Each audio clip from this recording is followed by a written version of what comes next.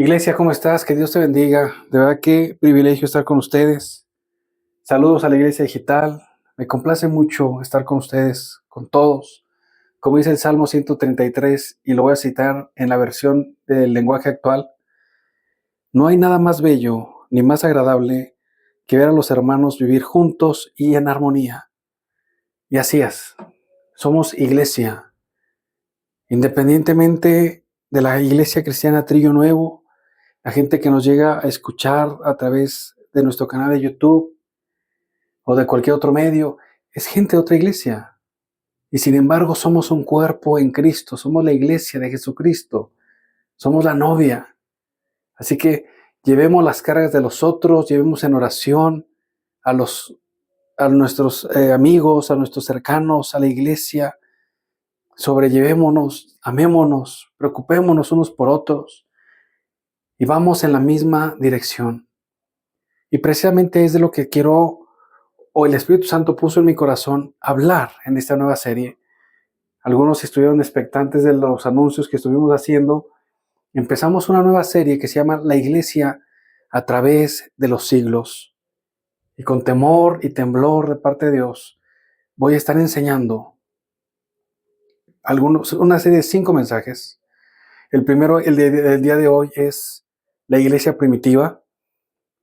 Si has leído el libro de Hechos, si has leído las cartas paulinas o el Nuevo Testamento, te vas a sentir muy bien identificado con lo que voy a enseñar el día de hoy. También tenemos mucha gente nueva y me da mucho gusto que tú puedas leer y entender. Y al estar sumergidos en la presencia de Dios, ¿qué es lo que está pasando en este momento? Porque podemos sentir la presencia de Dios fuerte en este lugar. Que entiendas lo que Dios hizo en ese tiempo y a lo que Dios nos llama en este tiempo también. Porque Jesucristo es el mismo ayer, hoy y por los siglos. Los otros mensajes, iglesia, no tienen nombre aún. Vamos a ver qué pone el Espíritu Santo como título. Pero sí te puedo hablar que vamos a ver. Segundo mensaje, después de la muerte de los apóstoles, después de la gente que vemos descrita en la palabra de Dios, ¿qué pasó en los siguientes siglos? Y eso es algo que casi no se suele hablar, casi no se suele mencionar, casi no hay escritos. Bueno, pues eso lo vamos a estar enseñando en el segundo mensaje, que yo me atrevería a pensar que le vamos a poner martirio y persecución de la iglesia. Amén. Y es un mensaje doloroso, pero es necesario. Amén. Mensaje 3, vamos a ver cómo es que el Evangelio surge nuevamente a través de algunos hombres, ya después de 12, 13, 14 siglos después de la muerte de Jesucristo. Cuarto mensaje, viene un mensaje de avivamientos, un mensaje de sanidades, sanadores, evangelistas de la sanidad, como se les llegó a llamar, finales de los años 1800, 1900. Algo impresionante y un despertar para la iglesia cristiana. Y el quinto mensaje es un mensaje, la iglesia actual, y a qué Dios nos llama y qué sabemos y entendemos del llamado. Porque como una shofar sonando, así el Espíritu Santo está despertando a la iglesia. Así que esto es algo importante. Esta serie es un llamado a reflexionar, un llamado a entender, un llamado a armarnos, a vestirnos de toda la armadura, a entender que nuestra lucha no es contra carne ni sangre, sino contra principados y gobernadores de maldad en las regiones celestiales. Tenemos que entender bien a nuestro enemigo, que sus maquinaciones no nos sean ocultas, que entendamos lo que en la carne nos afecta, lo que nos entorpece y lo que Dios quiere hacer con la iglesia en general. ¿Por qué? Porque a veces llegamos a escuchar, en Australia que hay iglesias que adoran padrísimo, en Estados Unidos grupos de alabanza.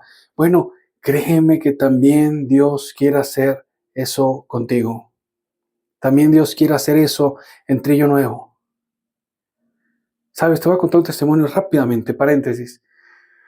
Desde que era adolescente, y seguramente algunos de ustedes se los he contado, Dios puso visiones en mi corazón, sueños, ¿sabes? Y son cosas que yo sé que Dios me llama a prepararme Y cada vez que me paro a ministrar aquí la palabra, es un paso más hacia esos sueños que vi, esos planes y esas visiones de parte de Dios. Yo voy caminando hacia ellas. Y es lo que tenemos que hacer como iglesia. Tenemos que agarrarnos de los brazos uno al otro y caminar en esa dirección. Amén. Vamos a encomendar este tiempo y este primer mensaje a Dios para que alumbre los ojos de nuestro entendimiento y entendamos a qué nos llama, amada iglesia. Señor, en esta mañana te damos gracias por tu palabra, por tu amor, por tu gracia, por tu bien, por esta nueva serie que estamos a punto de empezar. Te pedimos que nos traiga sabiduría, que haya pasión y fuego, que entendamos que somos iglesia, que entendamos tu llamado, tu amor, la pasión de Jesús, de delegar, de llamar, y que entendamos, Señor, que ese llamado, que ese shofar que sonó hace más de 2000 años, sigue sonando hoy para todos en el nombre de Jesús. Amén. Muy bien. Como tú sabes, me gusta mucho hablar de historia. Hay gente que luego me dice, cuéntanos historias, las Termópilas, los 300, Troya, la India, China, Gengis Khan. Me encanta hablar de historia, pero si hay algo que disfruto más que eso, es hablar de la historia de la iglesia, de la historia de los apóstoles, de a qué se dedicaban, qué hacían, de saber de sus vidas, pero sobre todo exaltar el nombre de Jesucristo y ver cómo Jesús ha influido e influenciado la historia del hombre, cómo ese parteaguas, desde el momento en que vemos antes de Cristo y después de Cristo, porque realmente así lo es. Hemos visto en el libro de Hechos, y ahorita lo vamos a estudiar, todo lo que pasó con la iglesia, cómo empezaron a predicar. Pero ¿alguna vez te has puesto a pensar el entorno político, social que había en Jerusalén en esos tiempos? Sabemos que vemos en las películas que estaban conquistados por Roma, por eso había soldados romanos. El imperio romano había estado expandiéndose y tenían conquistado Jerusalén. Tenían una cantidad impresionante de soldados y tenían un pueblo judío que estaba aferrado a su doctrina, al judaísmo, que no era fácil doblegarlos, que eran muy unidos. Como parte de esto supimos que Jesucristo fue crucificado. ¿Por qué? Por las injusticias cometidas por su mismo pueblo. Porque a los suyos vino, pero no le recibieron. Amén. Y entendiendo ese mismo tiempo, te puedo decir que los próximos 50 y 100 años fueron de un crecimiento acelerado de ese mismo imperio romano. Roma empezó a estabilizarse algunas décadas después de que Jesucristo murió o de que lo asesinaron. Roma siguió haciendo carreteras, siguió haciendo caminos empedrados, donde las carretas ya caminaban más rápido, donde podían comerciar, más barcos, más dominio, todo el mar Mediterráneo conquistado, ya no había piratería. Roma siguió tomando control de toda esa parte del mundo. Siguió creciendo. Los gobiernos que había, como las influencias del judaísmo, fueron decreciendo hasta el año 70, que hubo una guerra ahí interna, y fue cuando Jesús había profetizado que se iba a destruir el templo, que no iba a quedar piedra sobre piedra. Y fue lo que pasó. Destruyeron el espíritu del pueblo judío, destruyendo el templo, años 70. Sin embargo, Roma sigue creciendo, sigue comerciando, siguen conflictos con lo que actualmente es Irán, sigue comercializando productos nuevos, vendiendo y cambiando su oro con la India. Y detalles increíbles que después de siglos que Roma estuvo tratando de crecer y aumentar su poder y su gobierno, en ese siglo, después de la muerte de Jesucristo, es cuando logra conseguir años y años de paz y los mejores césares que hubo. Amén. Entonces, en ese entorno es cuando se empieza a mover la iglesia de Jesucristo. dentro de esa bestia que era el Imperio Romano, creciendo y aplastando y mitigando pueblos pequeños, mitigando a los vikingos, mitigando a todo tipo de nación, todo tipo de levantamiento, incluyendo el pueblo judío, como te lo acabo de mencionar. Ahí vamos a centrar nuestros ojos en la iglesia de Jesucristo. Amén. Porque, ¿sabes? Después de que vemos, Él no está aquí, sino que ha resucitado. Gloria a Dios. Vemos que Jesús aparece y comienza a dar instrucciones. Y el primer, gente nueva, apunta estos versículos para que los estudies. Voy a parafrasear mucho para que no estemos leyendo tantos versículos. Apúntalos, por favor. Y el primero va a ser Marcos, capítulo 16, versículo 15. Porque vemos que Jesús, antes de ascender, le deja a los discípulos una comisión muy importante. Es la responsabilidad de llegar ese mensaje de salvación a todo el mundo. Porque les dijo, id por todo el mundo y predicad el evangelio a toda criatura, bautizándolos en el nombre del Padre y del Hijo y del Espíritu Santo. Y aquí es cuando empieza el llamado de la iglesia. Porque recordemos que antes de Jesucristo no había iglesia.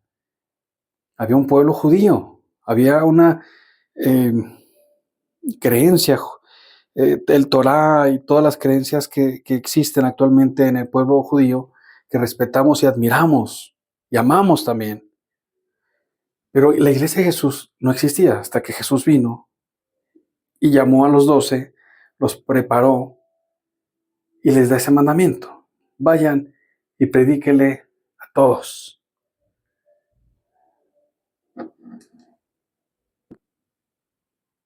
Cabe mencionar que para este momento la iglesia, o los que eran parte de la iglesia, porque sabemos que no nada más eran los 12, que había muchos discípulos, que había mujeres que servían, gente que amaba a Jesús, tal vez no tan de cerca como los 12 o los 11, porque después fue escogido Matías. Pero todos ellos eran fervientes seguidores y gente que estaba dispuesta a dar todo por ese Jesús al que siguieron y sirvieron. También tenemos que entender, iglesia, que lo que hoy podemos sentir cuando está la adoración, cuando está la alabanza, que puedes decir, se sentía preciosa la presencia de Dios. O cuando estás enseñando a alguien la palabra de Dios y dices, sentía la presencia de Dios. Sentía como si alguien me estuviera diciendo qué decir. Cuando oras, cuando ministras, en este momento, esa brisa que podemos sentir, sabemos que es Él. Es el Espíritu Santo. Antes de Pentecostés, Él no estaba sino en una u otra persona y por momentos específicos. Vemos que venía sobre Ezequiel, que venía sobre Isaías, profetizaban,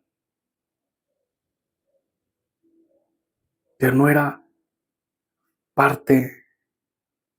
Como dijo Dios, no contenderá mi espíritu con el hombre. Hasta ese momento de Pentecostés. Recordemos que Jesús había dicho, no los voy a dejar solos. Él mandará el Consolador. Como dice Hechos 1:8, pero recibiréis poder. Recibiréis poder cuando haya venido sobre vosotros el Espíritu Santo. ¿Y para qué recibían poder? ¿O para qué recibimos poder, iglesia? Ve la siguiente parte. Dice, y me seréis testigos en Jerusalén, en todo Judea, en Samaria y hasta lo último de la tierra.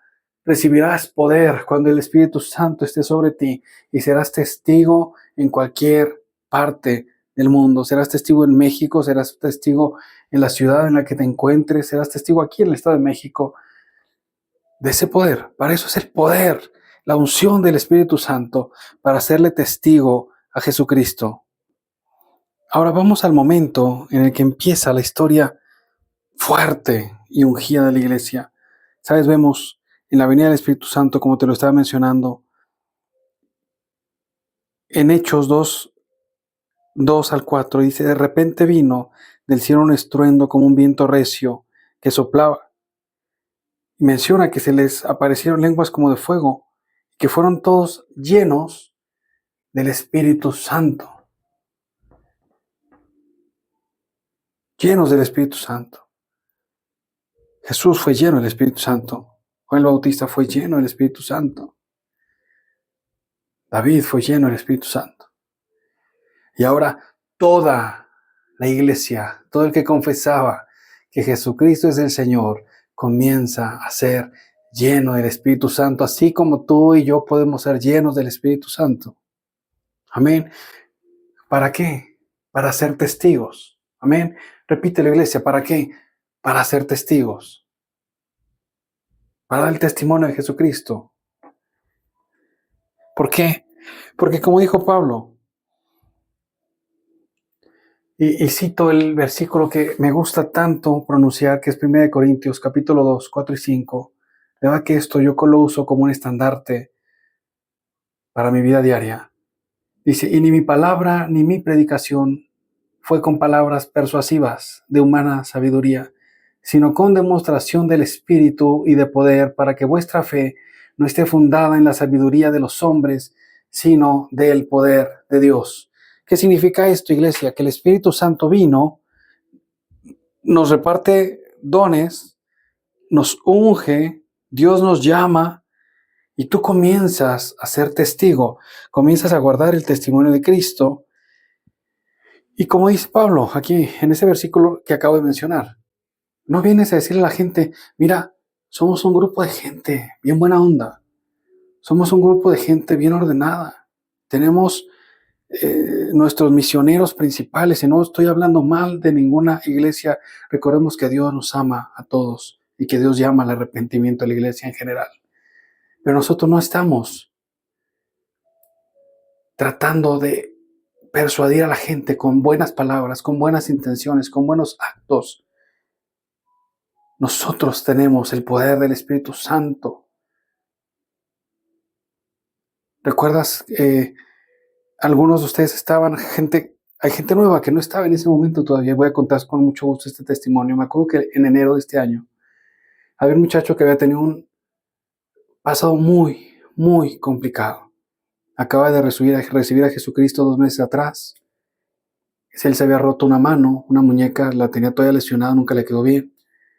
Y me acuerdo que el Espíritu Santo había puesto en mi corazón mostrarle su poder, mostrarle el poder del nombre de Jesucristo, mostrarle que había dones, porque Dios lo estaba llamando al ministerio, Dios lo llamaba a prepararse. Y él estaba muy renuente a prepararse en la iglesia, le daba pena asistir, le daba pena congregarse, una vida tan complicada que había tenido. ¿Sabes? Y me acuerdo que yo estaba esperando la oportunidad, decía, pues, ¿qué hago para hacerle una demostración? Que es lo que cita aquí Pablo. ¿Cómo le demuestro el poder de Dios? ¿Cómo le demuestro que no es una religión, que no son palabras, que no son letras, que no es una bonita enseñanza nada más, que no son buenos oradores, sino el poder y el fuego del Espíritu Santo actuando en nosotros? Y me acuerdo que estábamos platicando y había más gente ahí. Y me acuerdo que me comentó que su muñeca se había roto y que nunca le había quedado bien. Y recuerdo haber pensado en mi corazón, dije, es mi momento. Este es el momento que estábamos esperando. Y me acuerdo que le dije, mira, Dios quiere enseñarte su poder. Dios quiere enseñarte esto. Le dije, dame tu mano. Y le dije, solamente le dije, Jesús. Y soplé en su muñeca. Y la muñeca se tronó y se acomodó en el lugar que debería de haber estado siempre. Él lloraba, estaba sorprendido.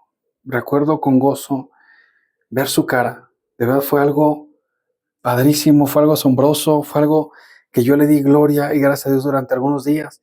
Y él pudo entender que no eran palabras, que no era un acto más, como lo dije, sino un verdadero llamado, un verdadero poder y una manifestación de parte de Dios para con nosotros. Ahora, vamos a ver otro punto. ¿Cómo era el estilo de vida de la iglesia de aquel tiempo? ¿Cómo actuaban? ¿Cómo, después de que ese grupo de personas predicó y predicó y predicó con fuego, con pasión, con denuedo, como lo podemos ver en el libro de Hechos, cómo solían comportarse? Y eso lo vemos, por ejemplo, en Hechos 5:4, y por la mano del 5:12, perdón, y por la mano de los apóstoles se hacían muchas señales y prodigios en el pueblo, y estaban todos unánimes en el pórtico de Salomón. Imagínate el pórtico del templo. Ya Jesucristo había sido crucificado, toda la iglesia se juntaba, hacían milagros, hacían señales y se juntaban. No sabemos, la palabra no lo describe. No sabemos si eran 100, 200 o 1000 o 2000, pero se juntaban y platicaban, celebraban, predicaban, compartían. Y mira, por ejemplo, la petición de Hechos 4:30, cómo le piden a Dios de nuevo para enseñar, para predicar, para instruir a los demás, para instruir a los nuevos. Dice, mientras tú extiendes tu mano para que se hagan sanidades y milagros y prodigios en el nombre de tu Hijo Jesucristo, de tu Santo Hijo Jesús. Ve la convicción de la iglesia primitiva. Nosotros entendemos el llamado, tenemos la gran comisión, tenemos un llamado, una misión y una visión, que es pregonar el Evangelio, un Evangelio de poder, una unidad, un amor. Vemos ahora el orden y la expansión, un cuerpo perfecto de la iglesia, como los roles específicos. Estamos hablando de los ministerios. A pesar de las manifestaciones extraordinarias, no había caos. Había un orden divino. Cada quien cumplía un puesto. Como yo suelo decirle a la iglesia o a la gente del trabajo, somos un cuerpo, como dice la palabra de Dios, o somos como un reloj. Un reloj, aunque tenga cientos de engranes, si hay uno que no funciona, todo el reloj se va a parar. Y eso es de entenderse. Como dice la palabra de Dios en Efesios 4:11 y 12, y él mismo constituyó a unos apóstoles, a otros profetas, a otros evangelistas, a otros pastores y maestros, a fin de perfeccionar a los santos para la obra del ministerio, para la edificación de el cuerpo de Cristo. Es decir, la iglesia primitiva tenía primeramente a los apóstoles que perseveraban en orar, en predicar y en las manifestaciones de poder. Había evangelistas que, como lo podemos ver, incluso uno de ellos fue traspuesto, es decir, el Espíritu Santo lo tomó de un lado y apareció en otro lugar para llevar el evangelio a otro lugar. Había maestros que se dedicaban a enseñar a la iglesia, a enseñar a los nuevos. Había pastores que pastoreaban a la iglesia y había profetas. Y actualmente otra vez estamos teniendo eso, o es lo que tenemos, es lo que estamos acostumbrados a estar viendo gracias a la libertad que tenemos en Jesucristo en nuestro país.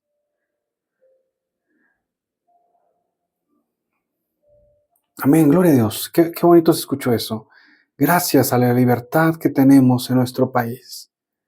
Nuestra Constitución, a pesar de tantas críticas que tenemos en contra del gobierno y el gobierno anterior y el gobierno antepasado y anteanterior, siempre nos estamos quejando y sin embargo hay veces que no nos sentamos a ver la bendición que tenemos y la libertad que tenemos como iglesia de pregonar el evangelio, de predicar. También el hecho de que la iglesia no está mezclada con el gobierno. Gracias a Dios tenemos libertad y Dios nos ha dado la oportunidad de reunirnos, de adorar, de que se suba el volumen, de que puedas danzar, de que puedas hacer las reuniones de casa en casa entre la semana, de que podamos reunirnos los domingos, de que podamos reunirnos los sábados. Gracias a Dios por esa libertad. Sabes, cuando vemos a Pablo convirtiéndose al Evangelio, vemos que había una iglesia bien estructurada, vemos que había perseguidores de cristianos, gente que amaba a Jesucristo, y uno de esos perseguidores era el apóstol Pablo. Sabes, y algo que me llama tanto la atención, obviamente su historia, es una de las personas con las que espero algún día cenar allá en el cielo, y Pedro, y bueno, todos, pero de verdad me encantaría pasar un tiempo con Pedro y con Pablo. Eh, Algo que me llama mucho la atención de cuando Jesucristo le aparece en el camino, le dice, ¿por qué me persigues? Y él queda ciego. Es que él no le dice, ve con Pedro, ve con Juan, ve con los 12. No, Jesús lo manda a otro lugar, con otro hermano, con un diácono, y él ora por él y le regresa Dios la vista. A esto me refiero, le hago inferencia para que entiendas que la iglesia estaba capacitada para orar. La iglesia tenía la fe activa como para que Pablo recibiera la vista nuevamente. Amén. Vemos también en el llamado de Pablo cómo es enviado a una parte de la iglesia a prepararse. Eso significa que estaba perfectamente estructurada la iglesia, que tenían lugares de aprendizaje, que tenían lugares apartados, que tenían evangelistas, como le estaba mencionando, maestros, profetas. Y Pablo fue a prepararse hasta que el Espíritu Santo dijo: apartadme a Pablo y a Bernabé, porque yo les tengo un llamado. Amén.